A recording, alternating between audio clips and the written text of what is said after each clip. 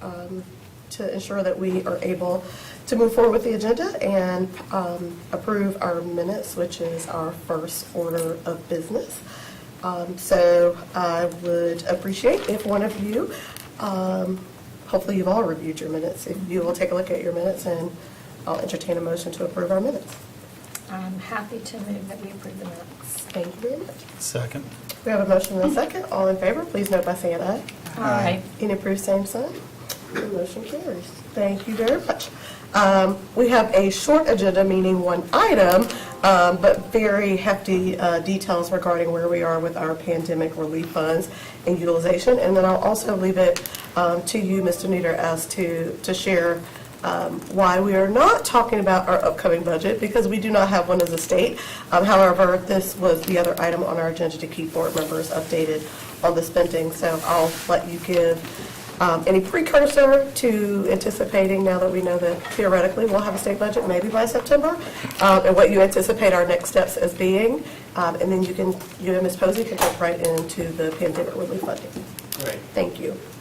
Thank you. Good afternoon, Ms. Johnson Hostler, members of the board, and Superintendent Bridges.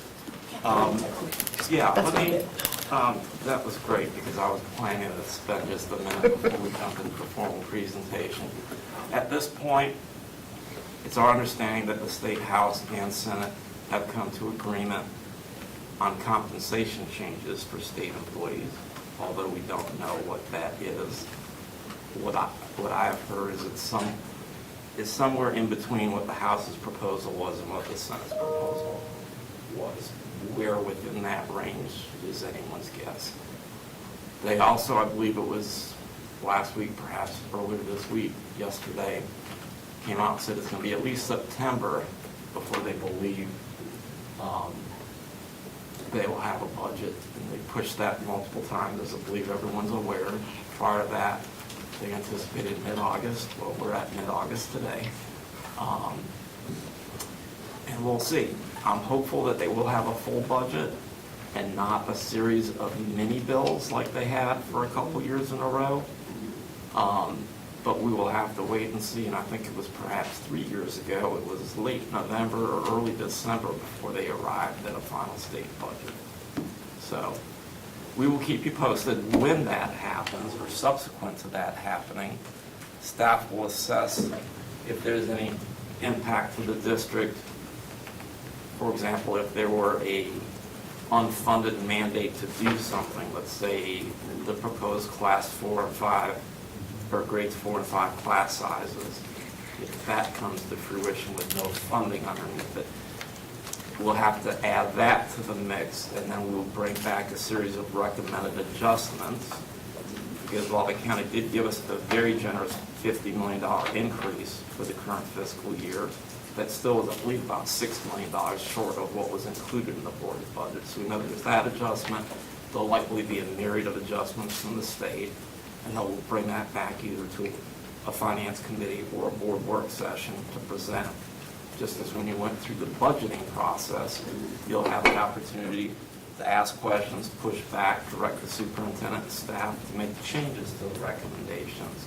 We'll bring a final set of recommendations along with final salary schedules, recommended salary schedules for 23-24, and then ask you to take action on that. And that will be in several meetings, not just one meeting. And with that, we'd like to jump into our presentation today. And again, it's just to give an update on the district's use of pandemic relief funds to date. We began providing updates to the board and the public back in early May of 2020, and about 3.5 years ago, and have continued to provide updates, periodic updates to the board and the public since then. I believe our last formal presentation to you was at your second December meeting in a work session, and then we did a very brief presentation to the joint boards, the Board of Commissioners and the Board of Ed, at the end of February of this calendar year.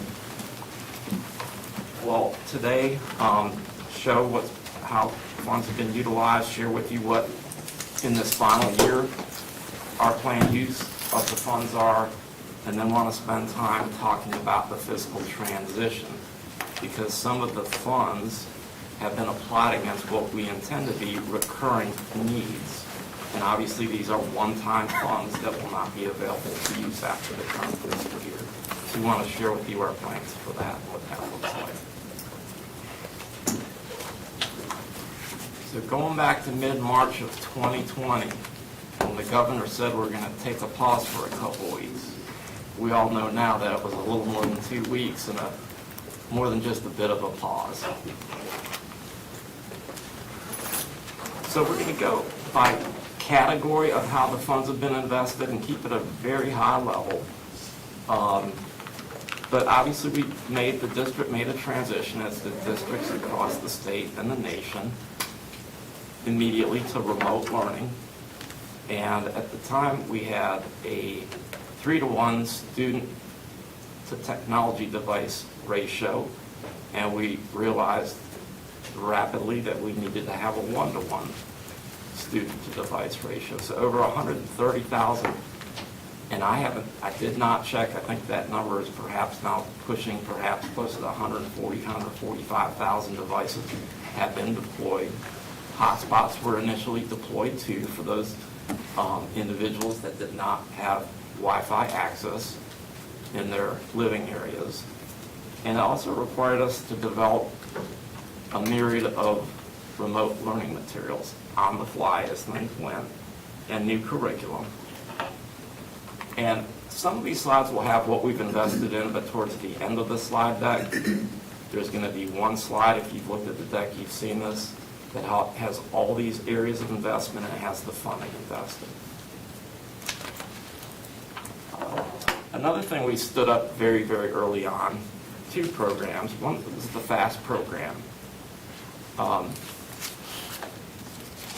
Our teachers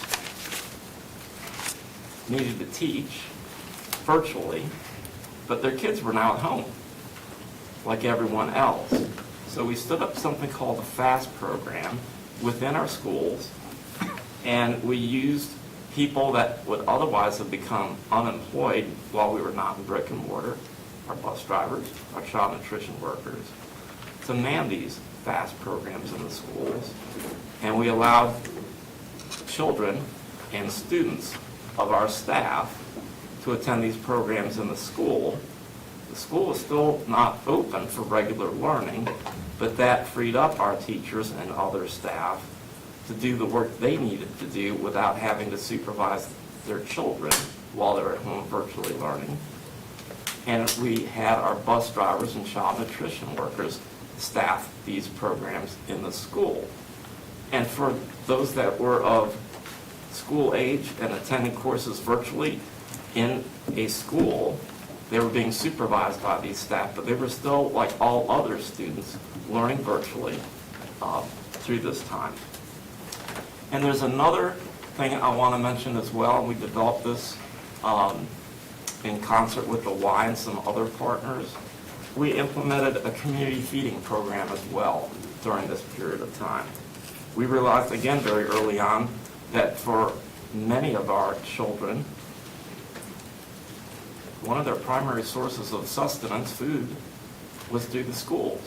And with the schools being shut down, that got cut off. So we stood up a community feeding program, again, allowing us to use our bus drivers and our child nutrition staff to both prepare the meals and distribute the meals. And they were distributed to various community locations across the county, as well as the schools available for pickup. And at the end of this program, we had delivered over 500 meals to the community. And we had invested a little over $15 million in that endeavor. Next, and we remember this as well, we invested a significant amount of money, almost $25 million, in personal protective equipment and disinfecting services. And this, as you may recall, was a big part of our learning curve. Initially, it was thought the virus was likely passed through contact. Eventually, we came to know it probably wasn't passed by contact, but rather through transmission in the air. But we never would have thought 5 years ago that we would be in the business of becoming somewhat expert in all things PPE and disinfecting, but we had to become that. And again, almost $25 million was invested in that. And we still do have supplies in our warehouse, and if schools request the supplies, we deliver to them as requested.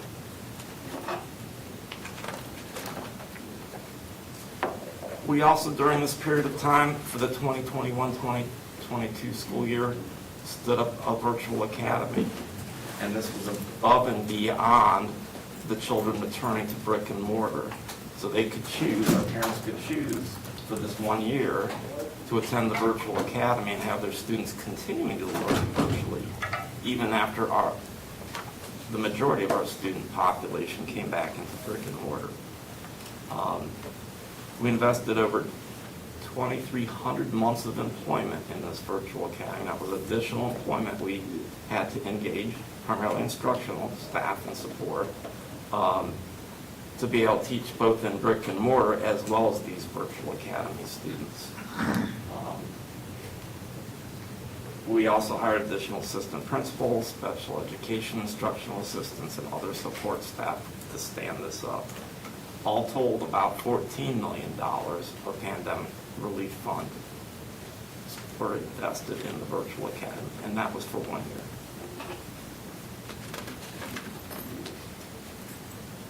Next major category we've invested significantly in, we're calling interrupted learning services. And the first box you see on the left on the slide, instructional support technicians.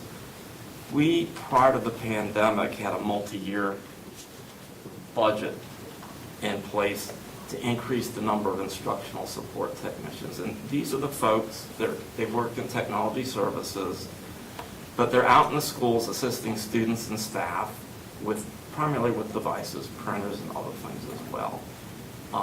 Pre-pandemic, our ratio of devices to instructional support staff was not anywhere near a national standard, so we initiated this multi-year effort to bring our numbers up to a national standard ratio.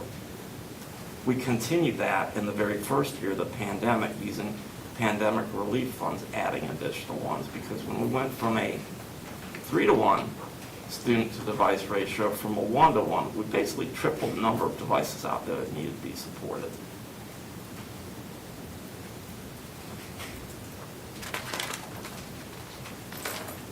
We also acquired and/or developed a number of digital learning resources as we were in this mix of remote learning and brick and mortar learning and back and forth a couple times, and also in having a virtual academy for that complete year. Some of the examples of applications we invested in were Quaver Music, Dreambox, and iReady. These resources provided curriculum, complemented core instruction in math, personalized instruction, and support for all learners, and it also provided digital text content for students.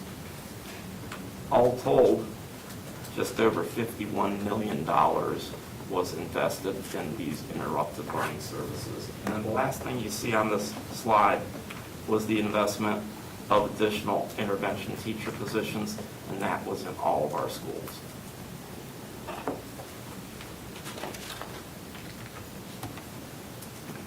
Summer learning. While we have traditionally had some summer learning programs, even pre-pandemic, we stood up additional summer learning programs to address the interrupted loss, learning loss.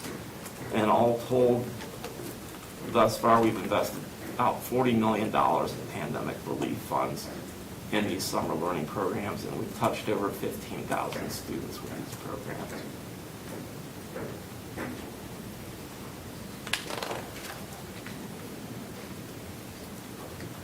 Behavioral support services. This, too, was an issue for us pre-pandemic, and we had initiated a multi-year funding effort to get our ratios of school counselors, school social workers, school psychologists, and other behavioral support staff to, again, what would be considered standard ratios, we were far behind.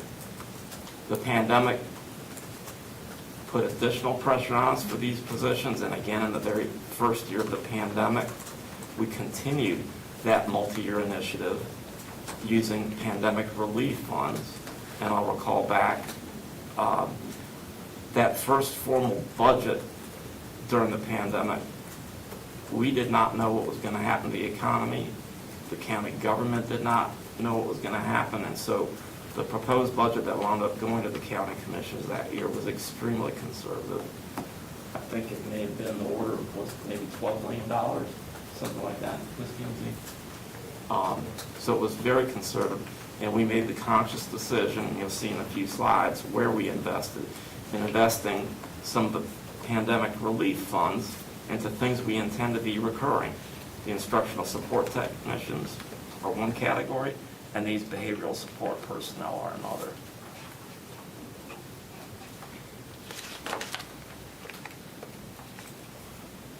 Another thing happened along the way of our pandemic and the transition. The employment marketplace imploded, and for a number of reasons, and I believe that our employment marketplace is fundamentally changed forever. As a result, though, of staffing vacancies, even in excess of where we stand today, post-pandemic, we implemented a number of different hiring incentives, including recruitment and retention bonuses, and we also initiated a series of retention and recognition bonuses to retain our existing staff, as well as acknowledge staff were doing not only their regular jobs, but they were taking on a lot of additional duties as well as a result of the pandemic. I'll get into a little more detail on the next slide. We initiated, and this started in 2021, we initiated a series of retention and recognition bonuses for all employees. The first one took place, I believe, was in November of 2021, and we used local funds for this, not pandemic relief funds. That $1,250 bonus was paid. And then in calendar year 2022, we paid another $1,250 bonus to each employee in January, another $1,250 bonus to all employees of record in May, and then another one in November. And again, these were designed to both recognize our employees, use that as a retention tool, and recognize their significant efforts above and beyond their normal pre-pandemic jobs. And to date, in these various bonuses, hiring incentives, etc., we've invested about $125 million of pandemic relief funds in this initiative.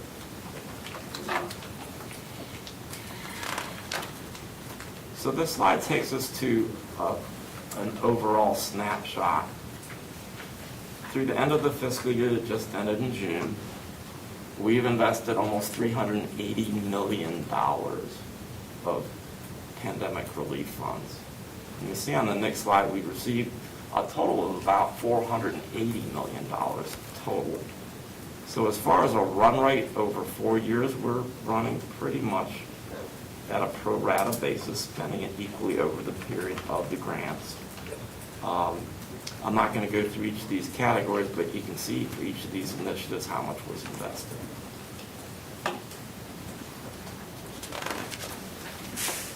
So there it is, $475.9 million total we have received. And that's really significant when you consider that's about 25% of 1 year's operating budget. That's really significant. There is $93.8 million remaining for this year, the final year of the grants. I'm going to share in 3 different categories what our plans are. There's just under $19 million in what are restricted programs. I'll explain that in a minute. $55 million remaining in ESSER 2 and ESSER 3. And then $20 million that is currently in an unbudgeted account technically, but I will share with you what our intended plans are for the use of that. And And I know this is small, but on your screens, you should be able to blow it up. Some of the majority of funds we receive from the federal government that passes through to the state, that passes the DPI, and then is allotted to us, the majority, we were free with discretion to determine how we want to invest those funds as a district. That said, there are a series of funds, and this slide is one of them, that were restricted and could only be used for specified programs.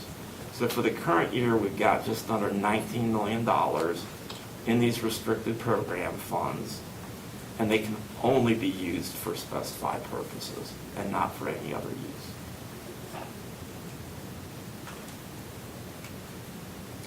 And then again, we've got $55 million of funding in ESSER 2 and ESSER 3. With these, we do have discretion.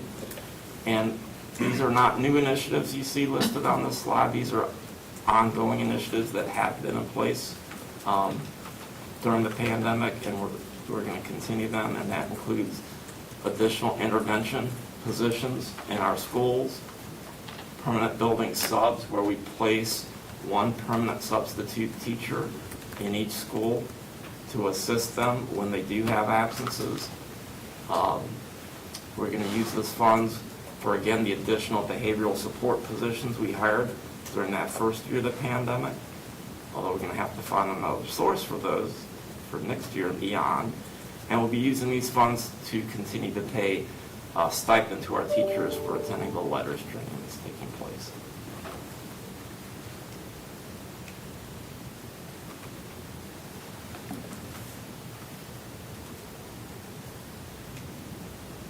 And we've got $20 million that I shared was unbudgeted, and our plan for this is to invest it in technology refresh.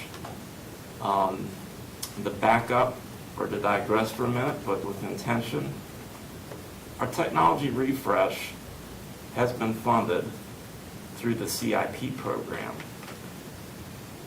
When I first came to the district in 2006, one thing that struck me was we don't have any funding in our operating budget for technology refresh. And unfortunately, through a number of budget cycles, 16 or so to be exact, we still don't, 16 years later, have funding in our operating budget for technology refresh. So we've leaned on the CIP program. The amounts dedicated, though, in the CIP program were designed to refresh devices at a 3-to-1 ratio, not a 1-to-1 ratio. So now, as we look at refreshing, let's say 160,000 devices, we do not have enough funds in the CIP allotted for it. So we do intend to use these $20 million that are available in the ESSER programs for tech refresh. We are also looking at developing what it will look like. Don't have the answers for you today. How we will continue to utilize a 1-to-1 device ratio if that's what we can afford, and how we be able to refresh it, and how we can support that with funding. So again, this use of one-time funds is a bit of a Band-Aid. We know we have to come up with a long-term solution, and we're working on that.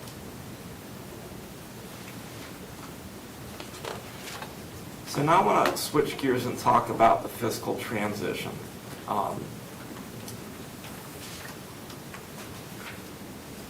We know that the money, the funds we received of the pandemic relief are one time over a span of about 4 years. They're ending it this year. And the majority of our investment in those funds has been made in what are intended to be non-recurring areas. However, just under $35 million of these funds have been invested in what we do intend to be recurring, including instructional support technicians, the behavioral support positions, maintenance and operations funding, which is also a multi-year initiative and was also in place before the pandemic came about. And again, in that first year of the pandemic, we used pandemic relief funds to fund the next year's installment to bring our funding ratios to national standards for our 200 schools and other facilities across the county.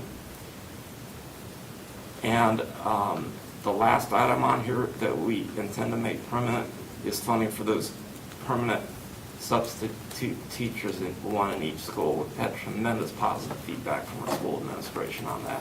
and advocacy to keep that in place post-availability of pandemic funds.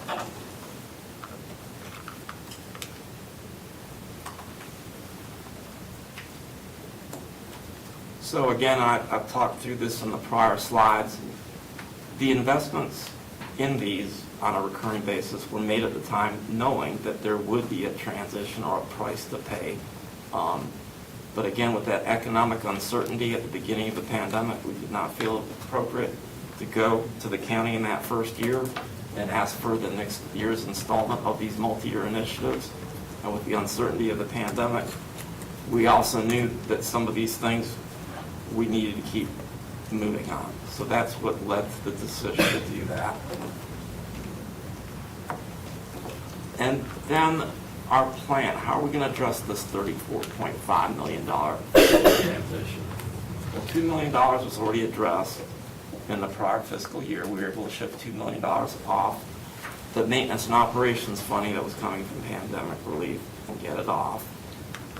The board's current proposed budget for this year shifts an additional $12.5 million off pandemic relief funds. And while we still haven't reconciled the budget, as I shared it early or prior to this presentation, we know we have at least about a $6 million funding gap between the board's proposed budget and the county appropriation. And I think that number might expand when we see a final state budget. So we have work to do, but it will likely be a very last recommendation to go anywhere near recommending not using these $12.5 million of additional local funds to apply against this fiscal transition. So that leaves us with about $20 million remaining. And our plans are, as we go through the current year, and you've had a presentation on this, I think, recently on our over-under reporting, which is our local savings, where we have unplanned savings, and we isolate them, and then we can also take unbudgeted needs during the years and use those funds for those. But as we develop savings, net savings over the year, it is our intent to begin whittling away at the remaining $20 million and shifting things from using the pandemic relief funds over. And if we do that mid-year, for example, and then we still intend to use all those pandemic relief funds, we'll free those up and likely use those towards the device refresh. Because even that $20 million that we're intending to use is not enough to do the complete refresh. So that our hope and our goal and our aim is to get, during the current year, that $20 million number down. You asked me to pick a crystal ball where we might get it to. I'd say optimistically maybe 15, 16 million instead of 20 million. But I wouldn't invest a bet on that, because that is just based on looking in the rearview mirror at history, and again, not knowing what the state budget looks like. We will likely have a request in the 24-25 proposed budget for additional local funding to apply against the remaining amount. And it's possible, perhaps likely, that we will use some fund balance next year to cover any remainder.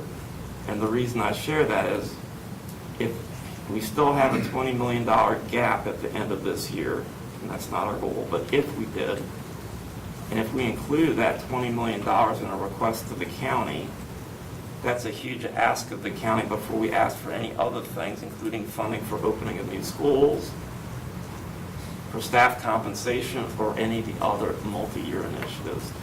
And use of fund balance, well, again, that is not recurring, would again allow us to step it off and buy us additional time to go through this transition.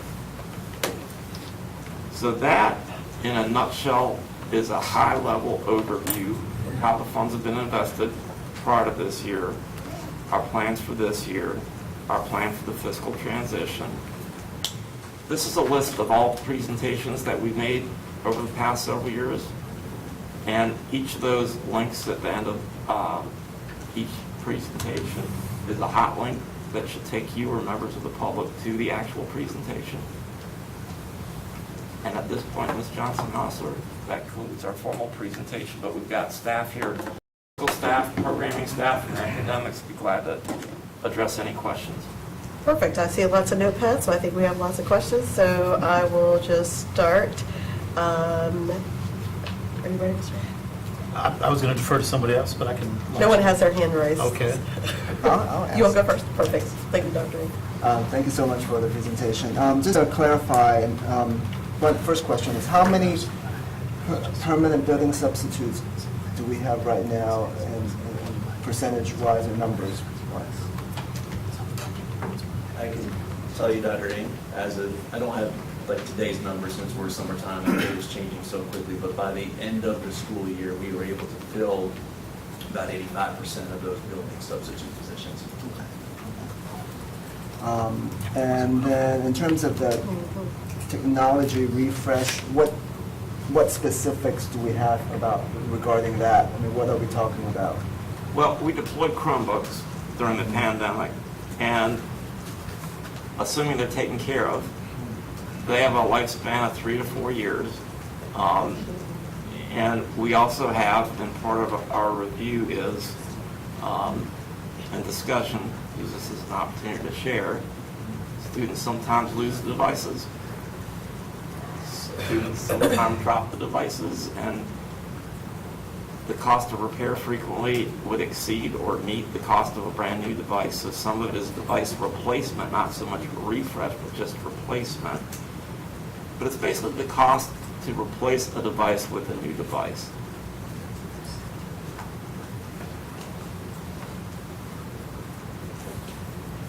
And part of the discussion has been and will continue to be, do we use the same devices? Do we allow students to take them home? Do we allow some grades to take them home and others not? Because these things can influence the loss ratio, i.e. when they're either lost or damaged beyond repair. Yeah, I mean, I think that does need some analysis of what the cost is, as it is right now in the program that we have in mind, and what kind of options there are in terms of like what you were saying, what kind of options for students to have access to these, and how does that reflect in the cost of it? Because, you know, it is a ongoing expense that we have yet to figure out how to, you know, keep on paying for it.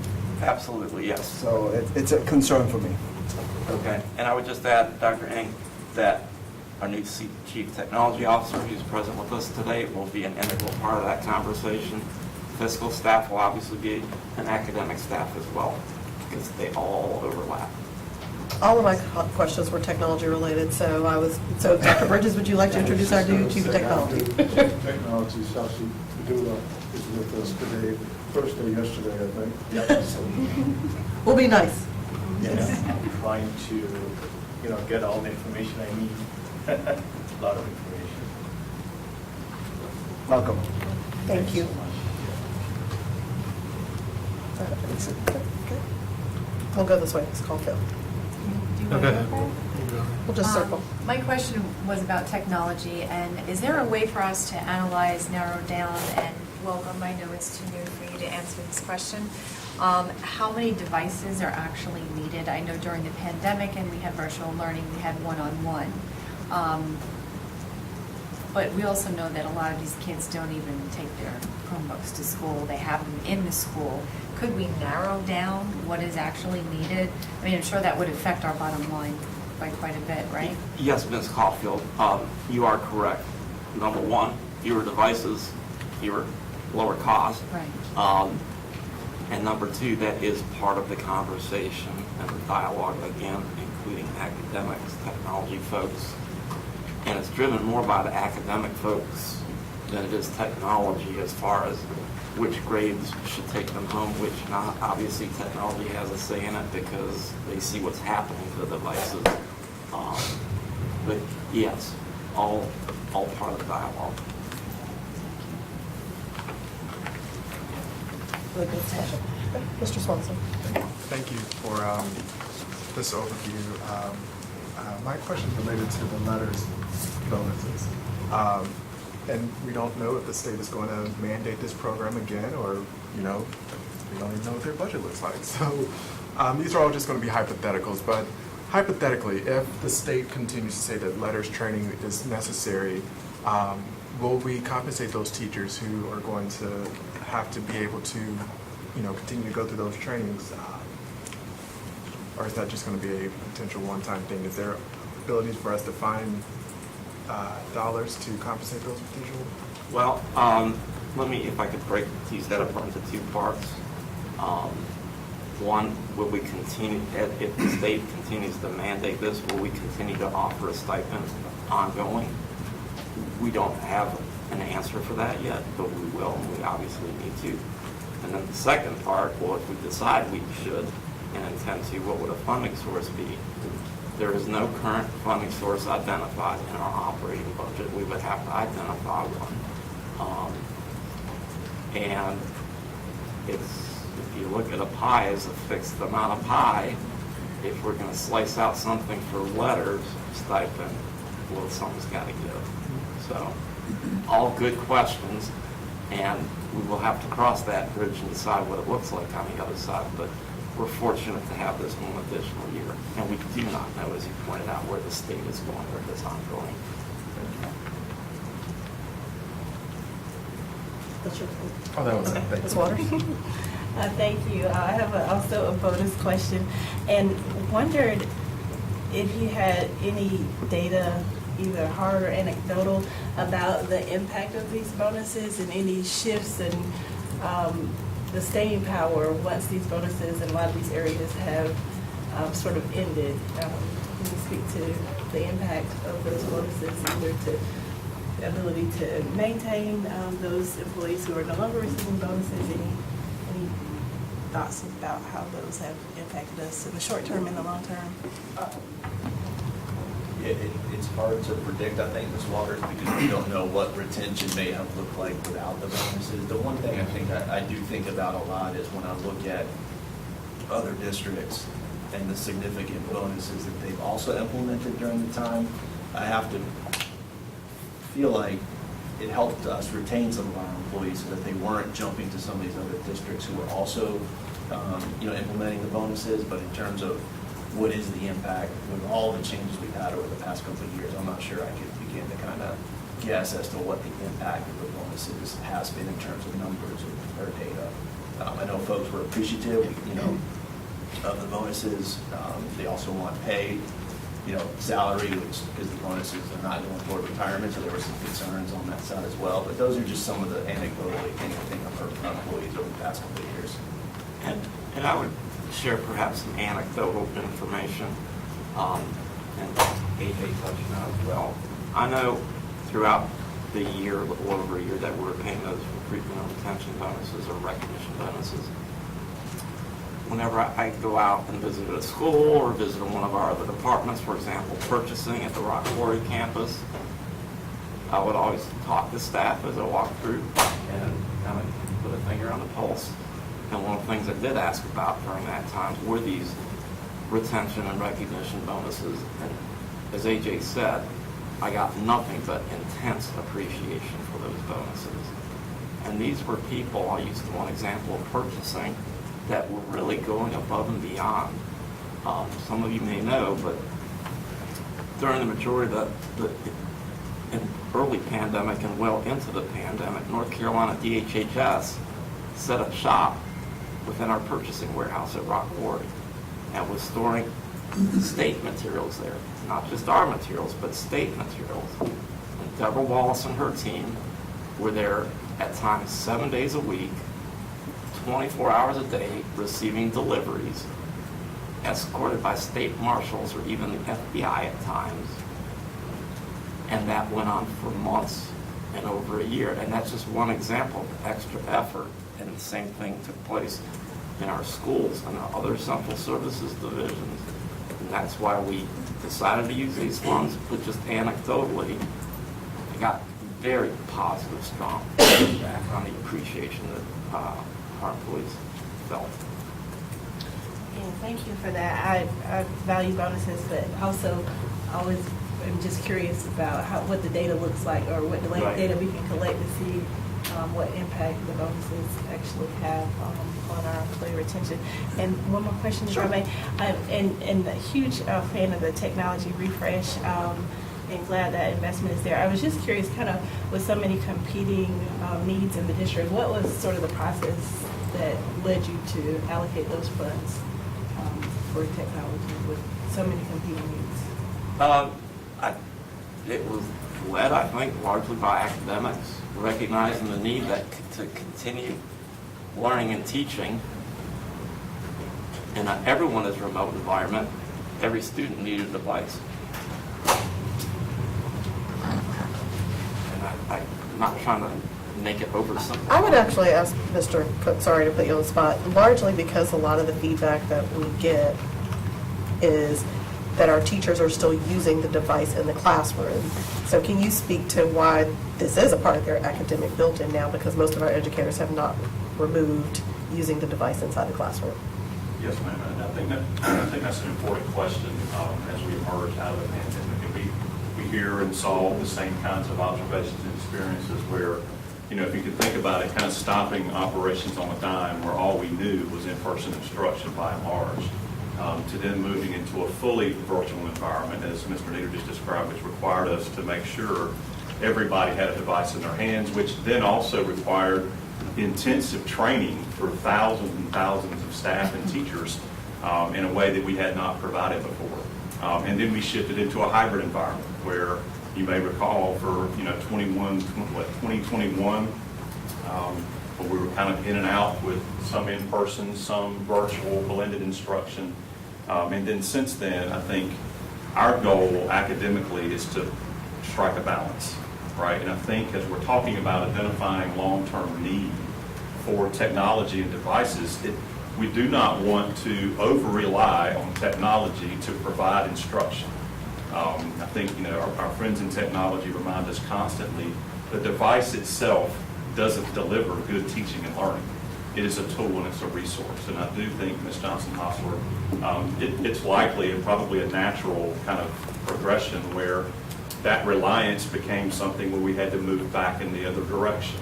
And so I think that's where we are now. And so as we move forward and we think about technology integration moving forward, I was just reading in my spare time, a data research and accountability study, thinking about data, but a study that they released internally this past June about what worked and what didn't work necessarily during the virtual and blended instruction.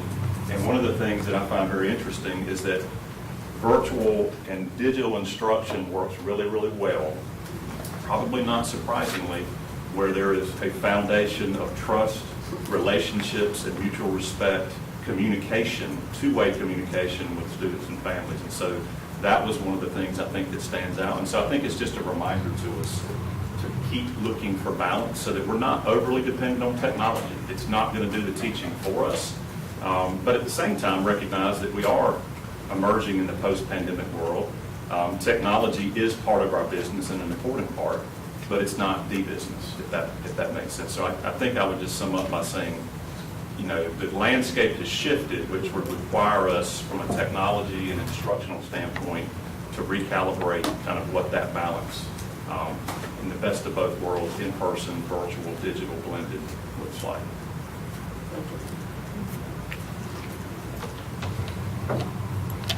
Did you have a follow-up to that? I think you asked my follow-up, so thank you. Well, I was like, David's answer is one answer, but the academics is very different. Thank you. So thank you for letting me draw, Mr. Cook, and thank you, Mr. Cook, for adding in. So most of my questions were asked. I only have one final one.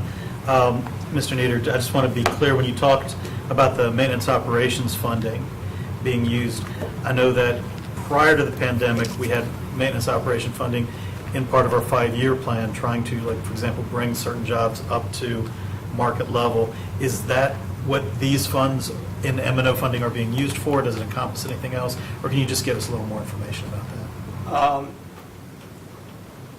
that? I may defer to Mr. Strickland, but I know that the additional funds were used for work that was not being done previously that needed to be done. And the example, aesthetics. repainting of schools. So this was more like catch-up and extra project work? Correct. As opposed to anything like recurring with staff salaries or anything like that? It Or contract it work? was not used explicitly for staff salaries, but rather invested in the school in Okay. things that were either not being done on a regular basis and schools were having to fund through their school funds or PTA fundraisers, painting. I know another thing that we put in place, we were on it was an every other year cycle for refinishing of floors and complete stripping and cleaning of all flooring. I believe we've been able to get that to an annual basis now and getting things back to the standard we want to be. And just to go back over a decade now, when we had to make significant reductions during the Great Recession to balance our budget based upon significant state funding reductions, and even a funding reduction from the county mid-year. I think that was in 2008, December of 2008, the county requested that we get back some of the county appropriation, and we did. We tried to keep those reductions away from the classroom and do everything possible to mitigate the impact on the classroom. As a result, central services took a lot of hits, including maintenance and operation budget reductions. This is kind of catching us back up for some of that as well. I appreciate it, thank you. Thank you. I have a follow-up for technology, but certainly we can defer it to our new assistant superintendent is up to speed. But my question is the investment in the technology, and largely I had the follow-up to Ms. Waters because that's the bulk of what I get from parents. For even families who have computers at home, they generally do not send them to school for the same reasons you mentioned. They drop, they fall, they break, and then they don't have anything to do their homework on. So a lot of parents are not sending their personal laptops to school, but it's being required as a part of the classroom content material that kids have access to a device inside the classroom. And so I do think that we have to contend with that as a district of there's a lot of needs, but we also cannot create an environment where students aren't able to actively be engaged in their learning if they need a device. And so I'm not sure what the answer is, but I would certainly say for me, academics and our technology is going to be important to be married to this conversation to ensure that we cannot count students who have devices at home because we can't guarantee a parent's going to let them bring them to school for the reasons that we worry about dropping devices. And so certainly this district, like every district in this country, thought we'd get to a one-to-one before a pandemic, and as you noted, Mr. Nieder, we were at a 3-to-1 in our last CIP, so this wasn't new to the district's movement, largely because devices have become such an integral part of our lives, and so to assume they're not going to be used in the classroom, I don't think we can. I think there certainly will still be some use. So I think it'll behoove us as our budget strings get tighter to think about where we're putting our money and what's the best use, acknowledging that technology and academics are going to be hand in hand for our foreseeable future. And for me, a part of that is devices. Do we invest heavy in the beginning on devices that are good and useful, that stay in a classroom for student accessibility, or do we invest in devices that aren't as costly, that are going to break at the first drop? So those are things that, for me, that is a financial long game to be thinking about is do you invest heavily at the beginning on devices that are sustainable for the 3 to 4 years, or do you invest very little on the front end and know that you'll have to continuously replace them, acknowledging that now this is built into our academic profile moving forward. Because I think we'll find, if we don't do this thing, we'll find ourselves spending a lot of money on technology over and over again and not getting to some of our other needs that we know exist in the district. So, which is always my advice for everything, is how do we think long-term? But technology is newer to us thinking about long-term, that I'd like for us to be really thoughtful on what this means for students' academic outcomes. Because we can no longer just say it's technology. It is literally going to be vital to their academic outcomes. So that's my ask long-term on technology. My ask to the committee And the chair's not here, so I'm taking a few more minutes into work session, and then I'll turn it over to the vice chair to transition us to work session. But I've been asked a lot of questions around our budget and our timeframe, and given specifically to the pandemic relief and the potential cliff that you already talked about. So what I'd like to ask board members to do is to start thinking in advance to your detailed questions that you're going to have of us, rather than waiting until we get a state budget and then trying to kind of cram, if you will, the real questions that we have about logistically how we're moving forward once we have a state budget. And I'm only asking this because I've already been asked a couple of questions that I think are precursors to what should we expect if our state budget does fall short, and where will be the places that we have to make decisions. And I think you've laid out, here's where we are, here's how far our money can stretch into 24, 25, but you also clearly know where those cliffs are. So, and I'll give the example, so I'll end on this note, is the question was asked around Wake Together when we approved it at the last board meeting. I think those are the tangible line items that we can perceive that we are going to still need to discuss, because the state budget is not going to build in those things that we've done as a district. And so will that be a part of a fiscal cliff, or do we have a plan for it? And again, I know there are multiple line items like that, but that's one that I would imagine is going to be questions that board members will have, and I'd like for us to be thinking about those now.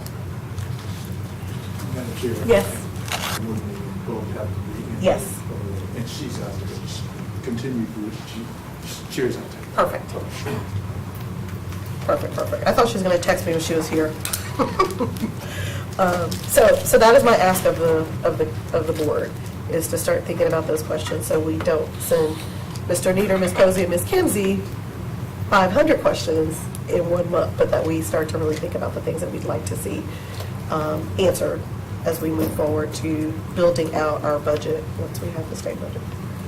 And thank you, Mr. Nieder, thank you, Ms. Posey, and academics, technology, who were at our disposal for questions and answers today. You're welcome. Thank you. Thank you.